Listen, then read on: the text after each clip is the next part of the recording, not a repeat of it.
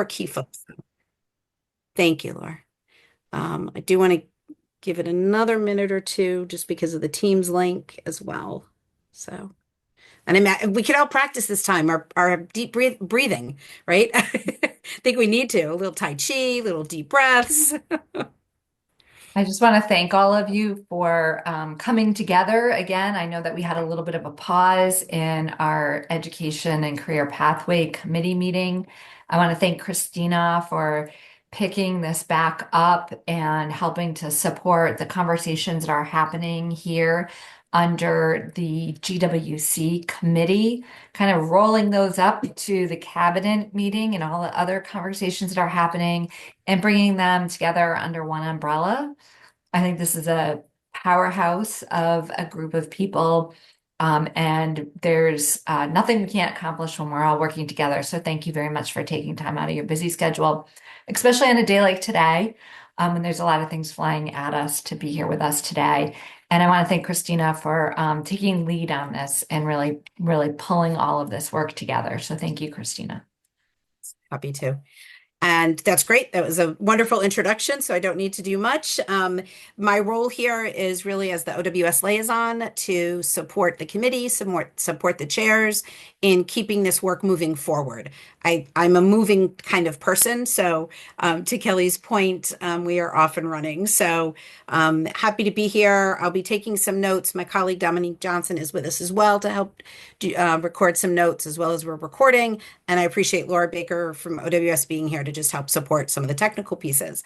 So that being said, I am able to share my screen. I do want to just quickly review who else should be joining us. Ideally, we hope that they'll be jumping on shortly. CEO Jeffrey Flax from Hartford Healthcare, Radenka Merrick from UConn, Anthony, I'm looking, I don't think that you are here. Anthony Medici from Medtronics. Dr. Menounos, thank you so much for being here. We see you, we see your name, so I know you were going through the technology. Sal Menzo from Superintendent from Goodwin is here. Thank you. Judy Olian, I believe we are expecting as well. Rebecca Rose, thank you so much for being here with the Regional Agriculture, Science and Technology Education Program at Lyman Hall. You've got a good title there. And Leslie Torres Rodriguez, thank you also for joining us as the superintendent of Hartford Schools. Wanted to do that instead of the round robin just to keep us moving fast. So I am going to turn it over to Commissioner Russell Tucker to give us a committee overview.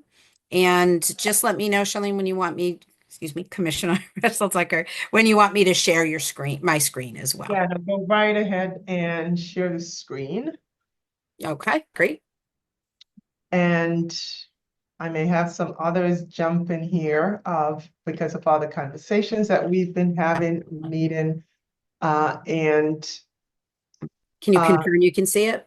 yes, yeah. Terrific.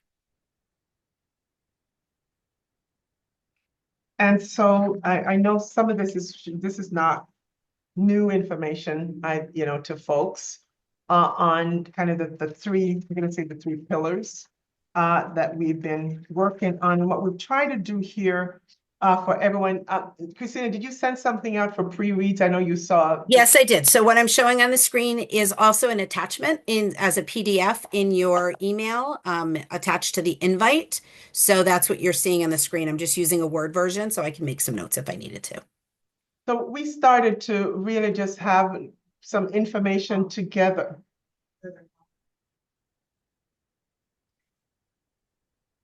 Oh, no. Sorry. That is so much okay. happening today. It is the day. As you can really imagine. So actually what we've been doing as a small group was just really going through these different pillars and really ask some salient questions to get us all in the same space so that we can leverage the work together and the path forward. And so what we've tried to do may have information may be missing, which is why Christina is kind of pulled this together. And so the first pillar, all students with seamless pathways from K-12 to college and career through dual and concurrent enrollment opportunities. We try to gather what we've done and to list that there, what we do know about all these relevant points of data, what are we missing? What can our partners do to support our action plans?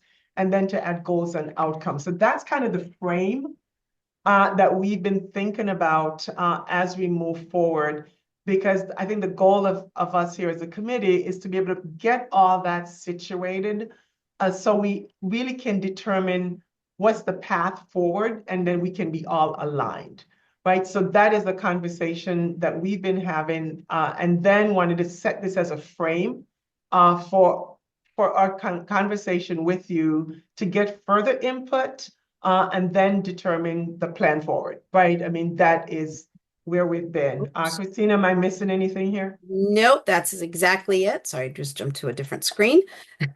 My apologies.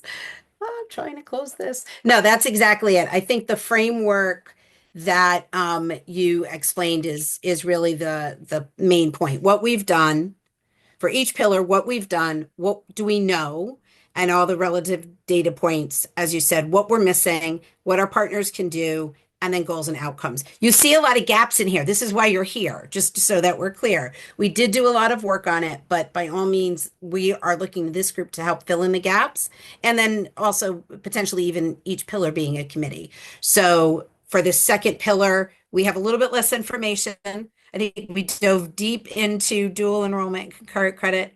And then the third pillar, higher education, we have even a little bit less. So you can see our workflow, the smaller committees chairs that we met with. So if I know everybody's crazy schedule, you probably got this, it landed in your box. You didn't really get a lot of time to take a look at it. So we can just really start from the top.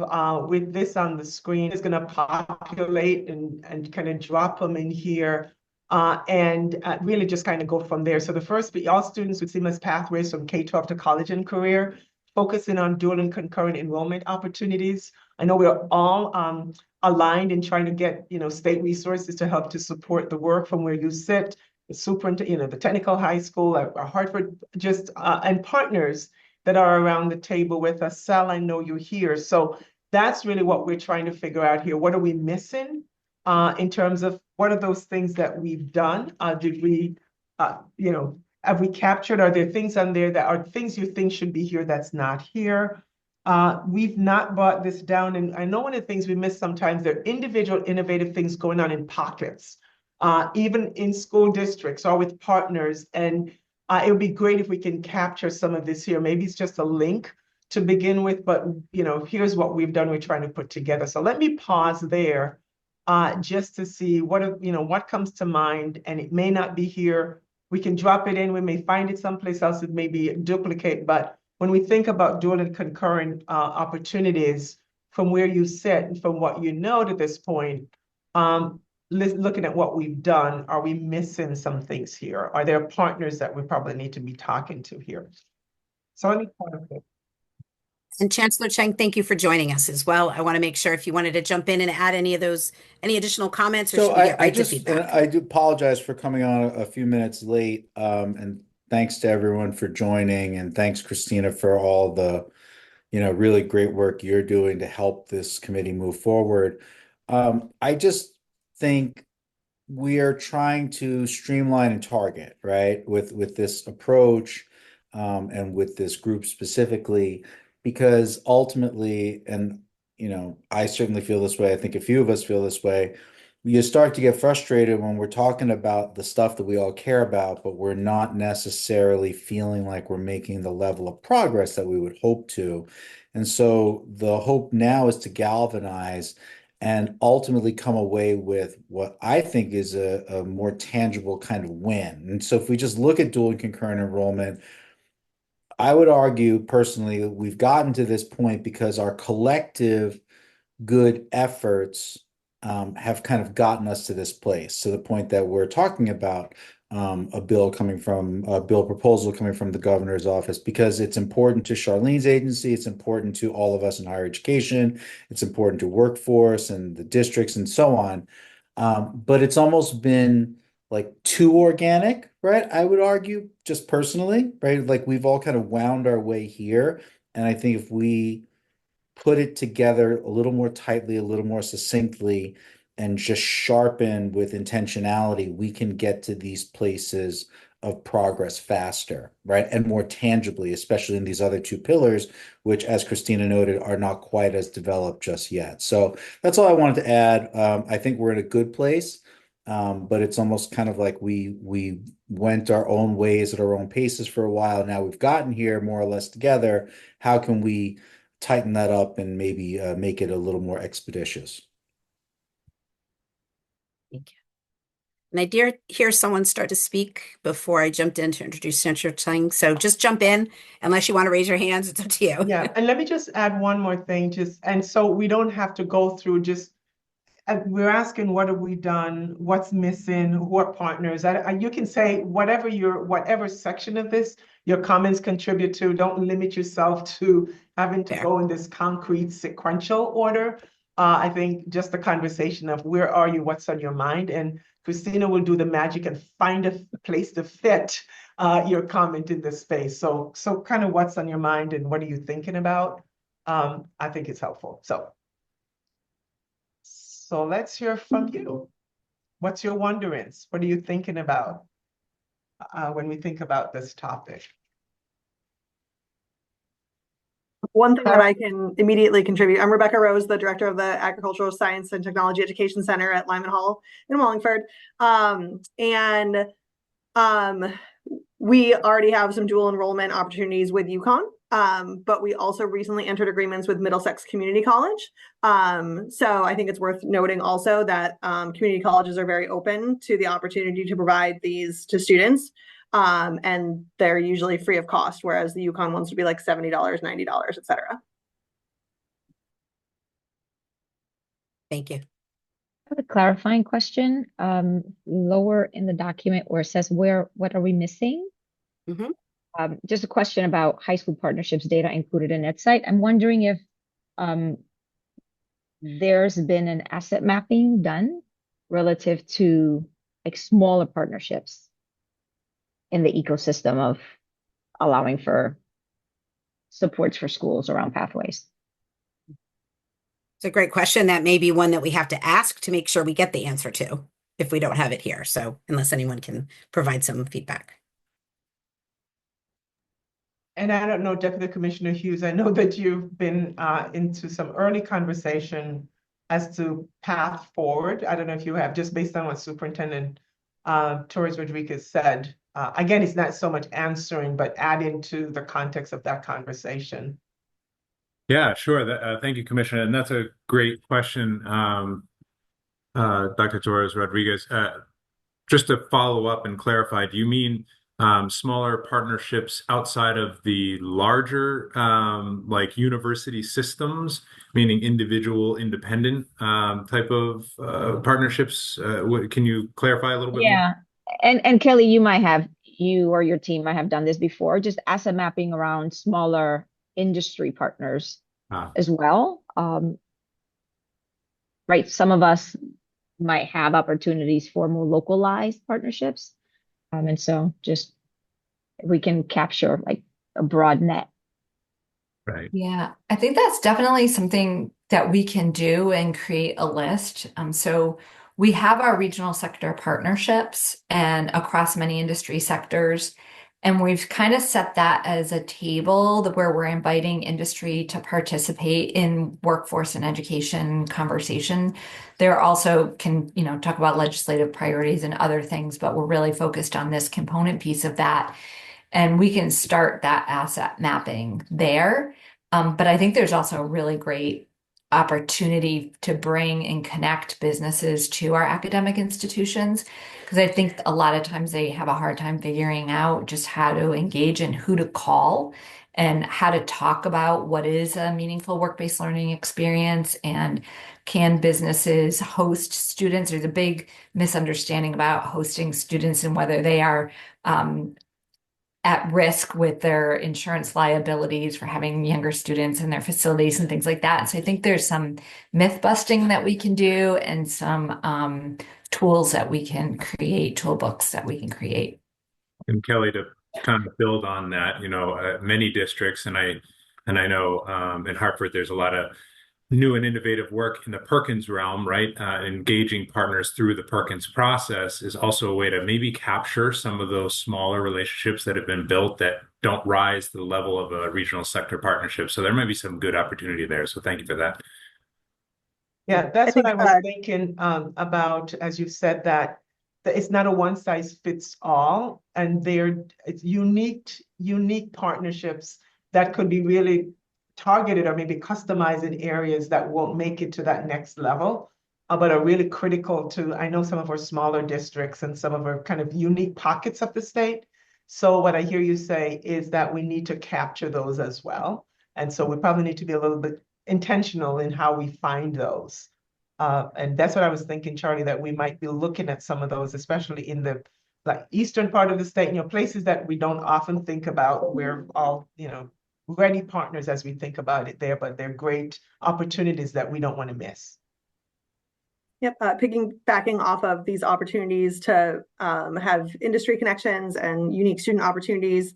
My district, as well as a number of other districts, not just in the agriculture realm, but in regular public high schools as well, do participate in the UELP unpaid experiential learning program. That is a connection between the Department of Labor and Department of Education. Harold Mackin is usually the guy in charge of that. I know he's out right now. But he's been great in making sure that we at least try to get those avenues established, and like Kelly was saying, like where the liability lies and how to make it a good work-based learning plan for that limited opportunity that the kids can be there unpaid. Just a couple of things. First of all, thank you for recognizing Goodwin. I do, if I may, I don't know who I could send just a little bit of a wordsmith to that. Go right ahead. All right, so I'll Denise. send you a little wordsmith to that. The thing I love on this document is an agreed upon, saying that what we're missing is agreed upon definition of dual enrollment in career pathway, because as I work across the state in probably over 20 districts on career pathway development, it's really interesting as to what they come to the table with. And I think this ties into Dr. Torres Rodriguez's question or comment about the small partnerships, because they forget that they don't have to be these big flashy things. They could be the smallest ones, but they're actually more important because they're in the community in which the school is situated. And a local business has better buy-in to a school district than some large national corporation, unless that happens to be in your town. So I really appreciate the comment that she made, because that's what I'm finding. It's just like the aha moments with a lot of districts, like, oh my gosh, that we do have a partnership, and they think it has to be this partnership of such a magnitude that it actually has a greater magnitude in a much more sustainable way. So I think as I talk to them, I call it the 7-layer dip, because basically there's 7 layers to the pathway development that I share with districts. And really the idea is that when you get to that 7th layer, that's really where the rubber hits the road, in the sense that it's embedded within your community set. Boards of education, as they change, as politics change, the pathway doesn't. And I think that's a key piece. So thank you, Dr. Torres Rodriguez, for saying that, because it's something that I hear every district I go. They feel they have to have this flashy EB partnership or Sikorsky partnership or Microsoft partnership. No. So thank you for that.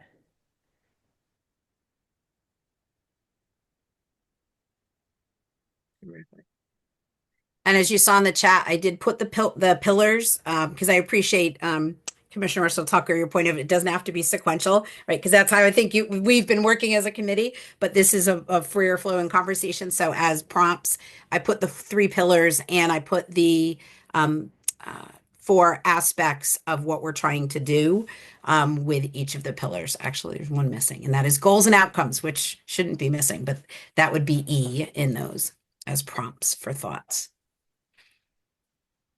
And so, Ching, I was wondering your thoughts around building these dual and concurrent enrollment programs through the systems office versus the independent college campuses, and kind of what your view is on, the consolidation and the vision that you have moving forward. Yeah, I mean, it's a little bit in flux because we're still trying to wrestle away, or I would say wrestle with some of the culture, right? And again, local is the most nimble and the most powerful, but then to scale it for state impact, that's where Maduko's office and my office would come into play. As this conversation is going on, like, and we deal with this at the system, right? Like, how do you basically empower local while reaffirming the value of broad scale kind of, I don't know, implementation, I guess, right? Because I think that's where the collective comes into play. So that's what we're shooting for. Internally, I'll just say I'm happier to know than not know, even if we're not, because I don't want to do it, right? I'm not going to go sit there and navigate the relationship at the local level, but we have to inform. And it makes me think about this group and this work where how do we kind of maintain the nimbleness of the units or the communities that we're trying to do the work in, but still inform up to a level so that if the governor goes out and says, this is how many dueling concurrent enrollments or partnerships or institutions or what have you. And I think right now that's just, I don't know what those broad scale numbers are. Not, there's a lot I don't know. So I'm not saying that that's a bad thing. That's more of an observation than a criticism. But you see what I mean? So long-winded way of saying, Kelly, not exactly sure. Okay. I know which way we want to go, but there's just a lot of moving pieces. I think this work, I will say, I think this work will help us at the system do our work better, right? Because otherwise we're making it up for ourselves. That doesn't mean it's the right thing for the state.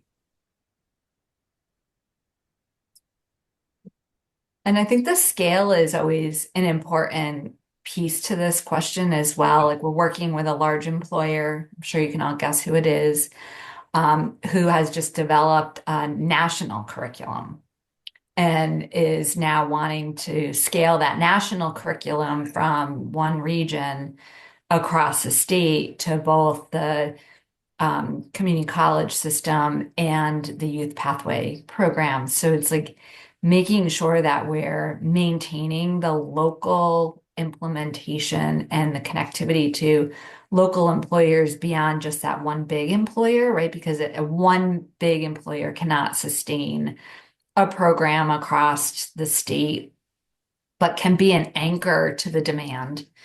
And I think a question for me is always come back to, making sure that we're putting the employer demand at the beginning of the process so that we're building pathways that lead to careers and career ladders. We might not be able to get somebody to a mid-level career. It might be an entry-level career, but they have that scalable, stackable credential on the backside to keep their education going. And we know with today's changing technology that people are going to have to be lifelong learners and they have to understand how to keep going back to re-educate and upskill themselves as things rapidly change. So being able to kind of build that systematic approach where people know, like, where do I go and how do I get there? And what are the options for me as a student today? The job I'm going to get when I graduate from high school or college might not even be here yet, but how do I prepare for that? Kelly, to that point, I want to prod this group a little bit. And actually, Commissioner Reginald Tucker, I know your time frame. Do you have anything you want to say to this group before you step off? Sure, and I'm so sorry. When this day started, I didn't realize it was going to be this day. But we're here and trying to deal with everything around it. But the one thing I thought about, and I guess because I'm looking at our educators in our school districts here, and I heard from Chancellor Chan, we have what do we know, including the relevant data points, what are we missing? But I wonder, what is it that we just really need to know in this issue or to never fail to remember or call? And I think about, because when we talk about this, frankly, we know how much we want to get done. And sometimes I'm like, whoa, well, wait a minute. Like, these are the things that you have to consider for what our school districts are dealing with and navigating. So are there some things that we should really need to know as we try to build here that may yet not be captured here because we've connected it to other things like data, but are there just some realities around, building this effort that we just need to make sure we know? And so that's what I was thinking about. It may not be data related, so going into legislative session, and my folks will figure, like, what are these other things or mandates that we'll be asked to do that sometimes just does not allow us to concentrate on some of the, anyway. So those are the things that's in my mind. And so I wonder if we should just also be curating just some things that we need to know that can help to level the playing field for all of us, that when we have these conversations, we're kind of all in the same space. Does that make sense? I'm like, what do we need to know as we're trying to build this out? Data related or not, like, what do we need to know? And so I'm interested in thinking about our districts and all that in schools. What do we need to know as we're planning to do this work? That was what was in my mind. Great, thank you. That's a great That is really loaded, broad question. I will just state the obvious for us, is basic staffing needs to do Do this work. the core of the work, right? To do our core business. That's one. The other thing is around there's a churn that districts like the one that I serve experience at not only the school level, but also at the district level. And so to the extent that we are, like, we would need highly codified processes, protocols, policies to be at the ready for the next person, right? The next director of CTE, for example, to just grab onto and implement. And with that additional, right, just TA support to be at the ready.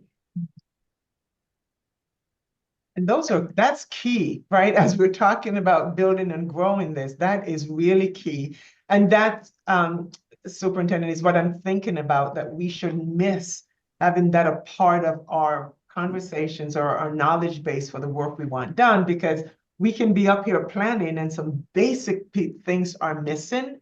And it's not so much we're failing, not because we don't have the grand plan, but the foundation may not be as stable as it needs to be. I think that's important for us to be thinking about. So I echo those comments 100%, because again, working with little district like Region 13 and then working with a larger district like Bridgeport, the structures, you might think one might have more structures than others, but actually it's very similar. And again, the turnover rate of individuals, if you don't have the processes codified, then you're starting from scratch every time. And it's like Groundhog Day, the movie. And it was funny to see on the screen, but not to live in real life. So the thing is that you want to continue to put those in place. And that's part of this kind of a toolkit that, really, I know I share with the groups that I work with is that you have to have those in place. They have to look at their board policy. They have to look at, does it allow for certain things to occur? What does their graduation policy allow for in terms of credits? How many credits can they take? Can they be online? Can they be asynchronous? Can they, so you have to, it's all these unintended consequences that could happen.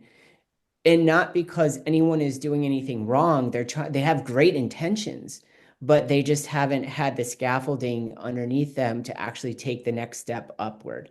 So it's really looking at all those layers. And I think also along the way, you begin to change mindsets, because a lot of districts see this as, well, we have AP. Why do we need to do this? AP is the panacea. It's what's going to get us on US News and World Reports and all those things. I'm working in very, very high performing districts right now, and it's very interesting. And, you meet with the staff and they're like, well, why would we need to do this? Well, it's about equity, and I think that's the other piece. But again, I think the structures that were just mentioned are essential for legacy. So you're not, that students aren't getting lost every iteration of administration that might come into a district. Fair point, thank you. So I'll just jump in. I mean, Sal makes a really great point, right? Like we're basically recreating the wheel every time there's an administrative change on one side or the other. So I think down now this is a little bit of, down the road, because I think foundationally that this has to be a priority for us. Foundationally, we have to solidify and then talk about how do you formalize relationships, right? I just said this the other day to a healthcare leader. I said, agnostic of who's in your seat or in my seat, this is the work we should be doing, right? So how do you bake that into the cake so that when somebody else enters the seat, they just know this is part of the job, right? This is not an add-on or anything like that. Um, so I think that's a really excellent point, and we should talk about that, I would argue, when we get down there. One of the things I was thinking about as I'm looking through the details of the draft that was circulated, there's a lot of operational, right? And so I hope you guys take my comments the right way. There's a lot of operational, there's a lot of tactical, there's a lot of process and procedure. And I feel like in groups like this, again, observing, not criticizing, we focus on that. Our people focus on that. But I think that we lose the goals, outcomes, impact side of it, right? So when we're talking about X is about what we do every day, but then we lose focus on the backside, which is when we do this work well and right and properly and consistently, here's the output that everyone can lean into and say, wow, that's a win. So what I would like to maybe add to the what we need portion for each section is maybe, the kind of strategy.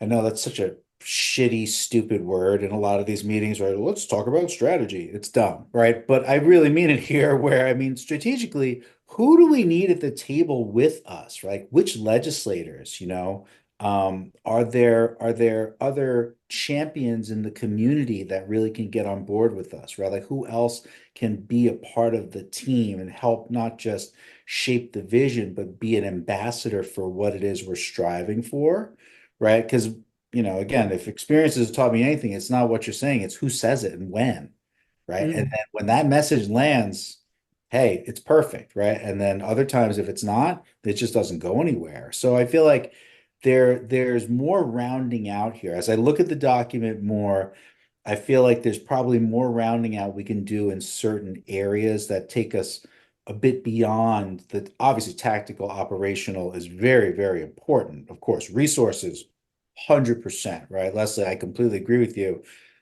We can't be afraid to go ask for money, right? I think the governor's bill is probably going to have some cash attached to that. That's great, right? But how long did it take to get here, right? And so I think that's the other thing we're trying to do. We're trying to cut the line when it comes to getting some resources for these things. So I would close with champions, resources. Let's not be afraid to just go ask for the funding. Thank you. Thank you for that. And I would even suggest, considering we have a dual enrollment, concurrent enrollment governor's bill coming out, we've all been seeing bits and pieces of that and trying to inform it, but having a strategy to how are we going to socialize that bill with our legislators, and how are we going to defend it from a lot of manipulation that might happen through the legislative process. And if we're all partnered on that and we have a clear and consistent message, could be really helpful in helping get that over the finish line. And as Chancellor Chang was saying, there is most likely funding attached to it. I know I haven't seen that yet. We should get a peek at it by the end of this week, beginning of next week. But I think that next step on the legislative session side could be really helpful to us. I guess I have a question to the group on that particular topic of socializing this, because my wondering is, do we believe that we've done enough in the area of explaining how this impacts every learner at every stage and every level of ability? Do we think that we have a good enough marketing plan, so to speak, to address all students, and make it about the students, not about economic growth of the state of Connecticut. I mean, they work hand in hand. I get it, and I understand that. So I'm not I trying to. would say, Sal, like maybe collectively, we all have that knowledge from our different kind of perspectives, and that could be a really powerful way for us all to kind of put together something that reflects the value of this from multiple kind of perspectives.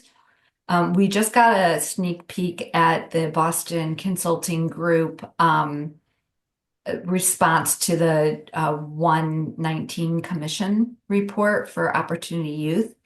And one of the things that really struck me there was that our CTEX students have less risk of being at risk and disconnected 1 year out of high school. And they didn't do a deep dive into that, but when I flagged it and I was like, I would love to see in our comprehensive high schools if there is some type of a correlation between at risk and disconnected to students who have access to dual and concurrent enrollment, industry recognized credentials on a career pathway. So I've definitely taken a lot of notes. We are recording, so I can actually go back and extrapolate some sort of action items out of that. But one of the things one of the things we talked about was getting this committee to form subcommittees, right? Now we don't need more meetings on top of meetings on top of meetings. So it's really, we need to be very strategic, for lack of a better word, as to how we do that and how we use your time. We know how important your time is, right? And I'm also very cognizant that there are 4 out of our 8 or 9 committee members on the call. So thank you to the 4 of you that are here. Very appreciative. And we also don't have industry representation, which is a big part of the Governor's Workforce Council and the work that all of the committees are doing, from the DEIA to the industry to work-based learning. So there's a lot of pieces that aren't represented in our conversation that I think it'll be important that we do pull in. But for those of you from the committee that are on the call, is sort of if this document is continued to be nuanced and massaged, including some of the points that we've heard today, is this something that you feel then you could then kind of jump into a committee on to then start to get some of the answers, put the strategy together? And my computer just said restart required. Please don't do that right now. So that's really to the 4 of you that are here. Is that something that you think you'd be, once it's shaped better or shaped further, you could kind of jump into and feel comfortable moving forward, the work forward? Okay. All right. That's a tactical question, but I just wanted to ask. Okay. Hey, Christina, can I just make a quick comment? I heard what Sal said, and I think, pardon me, because I'm a writer at heart, right? And so much of this is about the storytelling, right? And at the end of the day, why are we doing this? Right? It's not because it's easy and it's fun and it's glamorous and it's sexy, right? It's because it's important. Well, why is it important? Where is it going to have value? Who are we helping? What is the economic impact? What is the social mobility impact? What is the industry employment impact? What are the jobs we're filling?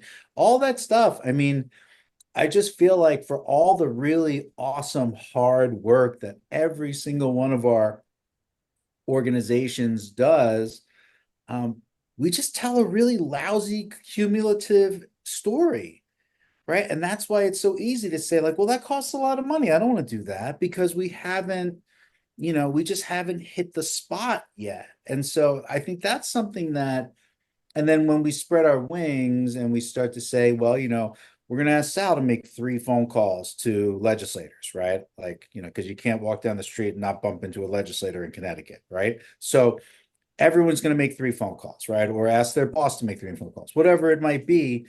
And then we start to socialize or taste test. I'm just making it up, but I think, when I heard you say it, I was like, no, we don't do a good job of that. Like we just don't. No, and that's what I was getting at, because I mean, there's multiple audiences, and I think there's certain groups that are good at getting to certain audiences, but not to all of them. And I think that, again, it's funny when you said that we don't tell good stories. That's what we talk about in our district every day, basically, that, what is the story that we want to tell? And I was an English teacher by trade, so I like to write and I like to tell stories, and I'm also a talker. I take after my mom, but that's her fault. The thing is, though, that the reality is that we have such good stories, and I think that we do it in pockets, but we don't talk about it as woven together. And I think that that's really the piece. There's so many different, if you think of a loom and you think of all the different strands of either string or yarn or whatever, they all have to come together. And there is industry, there's the student, there's the family. Because what we're seeing in our system is that our students, as they go into career pathways, their parents who have been they didn't have access to things like this are going back to school too, because they're inspired by their children. So now it's a multi-generational impact that Mhm. so I think that there's just a tremendous amount that could be done there. Mm. And I'm all in to help in that regard, to help find people to help tell the story in the best way possible. And I think that also goes to Leslie's point before when Charlene asked about, what don't we know or what do we need and what's the reality check? And if you need the resources and you need the financial support to get the staffing needed, I get it. But without a story to be told, that makes that continuously more difficult, right? And so so I think that's an important part of that conversation as well. So I do, or Kelly, were you going to say something? Yeah, I just want to make Yep. a point about this. And I think, what we find, especially during the legislative sessions, is legislators will hear a story and they'll say, I want that here, and copy that for my district or, my region. And then we get like these one-off kind of proposals. Like right now, there's a bill saying we want to build a construction pipeline after the manufacturing innovation pipeline. We want a construction innovation pipeline. Well, yes, the model's great, but the model's based on industry demand. And so if you don't have enough construction demand, you can't build the model, right? So how do we also get legislators to understand that there's a lot of different ways that you can go about this and a lot of great programs, and that there is a framework to that can be adaptable, but we don't need to um, copy paste sometimes. We need to scale and expand, but we need the framework and the ability to do that. And we don't need net new all the time. Like sometimes, like through CT State, we have so many amazing facilities that may not be fully utilized. We don't need to build a net new facility, 3 miles down the road when we have one at a comprehensive high school or at a community college or at CTEC. So how do we weave all of this together to tell that comprehensive story in a way that's understandable and scalable, and that we can provide that framework and policies and procedures around practices? I see some of this storytelling really being a part of what can our partners do to support the action steps, right? We'll need people to be telling the story. So I'm just making that verbally out loud so I don't forget. Um, Other thoughts regarding the pillars? We have a little bit less than 15 minutes left. I also don't believe in keeping people longer than the conversation is. If the conversation winds down naturally, that's great. But I want to make sure, again, if you look at the chat, the three pillars, that framework, adding to that what we don't know and need to know. Any additional thoughts around this before I take a stab at suggesting some next steps or active steps next? Just a quick question on the number one, the first pillar. It says Yep. goals and outcomes to be added. Oh, sorry, where did I do that? No, well, yeah. So the first one, the bottom, it says letter E, goals and outcomes. Yes, I forgot to add that on the chat, but yes. Sorry, go ahead. So is that they're not determined yet? No, we do not. Just double checking. No, we do not have goals and outcomes. I think that would be short-sighted of a small group of individuals to make those goals and outcomes when we have this committee. And this is a pretty representative committee. So yes, that the goals and the outcomes for each of the pillars still need to be identified. Some of that is informed a little bit by the strategic plan, but specific to each pillar, we that's our goal. That's our task. Our task is to look at what those goals and outcomes are. Okay, I would just recommend, and I'm sure that this would be part of it, but that the first one is student facing and not organizationally facing. Good, great point. Thank you.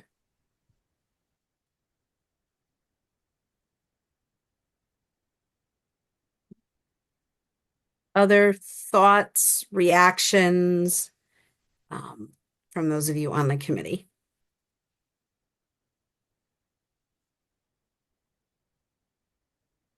Using my 15-second teacher silence trick. Can't get that by this group though. Thank you so much, Christina, and for everybody for joining us. And we're really looking forward to these robust conversations. And I think, Christina, you probably have a shared file that people can make comments to. I'll have to start to create that. Yeah, after we wanted to roll this out. So one of the next steps also is kind of to the point of what we don't know is the governor's workforce cabinet. We are going to send a note to the cabinet to ask each state agency what their current agency is doing around these three issues, because there's still things happening that we don't know about. And as much as we can, we want to capture that information. I think one of the other next steps will be to start to talk about what the strategy for moving this work forward looks like. I think it will also include potentially committees, but I will also want to bring up to date the committee members who aren't here. So I will want to do that before we can get to some of those next steps, especially making sure we have industry representation. I will say though that Terrence and Charlene will be reporting out at the next Governor's Workforce Council meeting. So some of the good work in the comments that you mentioned today will be put into, I think I'm doing three or four slides for you all. I think at a minimum we have 10 minutes. So you will have 10 minutes. So again, our chairs of the committee will be reporting out on this. Any other last minute thoughts from you, Terrence and or Charlie on behalf of the commissioner? Excuse me. All good. Nope. All right, thank you all so much. All right. Remember, deep breaths, little Tai Chi to get you through the day. Another day in whatever paradise. Whatever else it takes. Thank you, everyone. Thank you. Good to see everybody. Bye-bye. Thank you. Take care.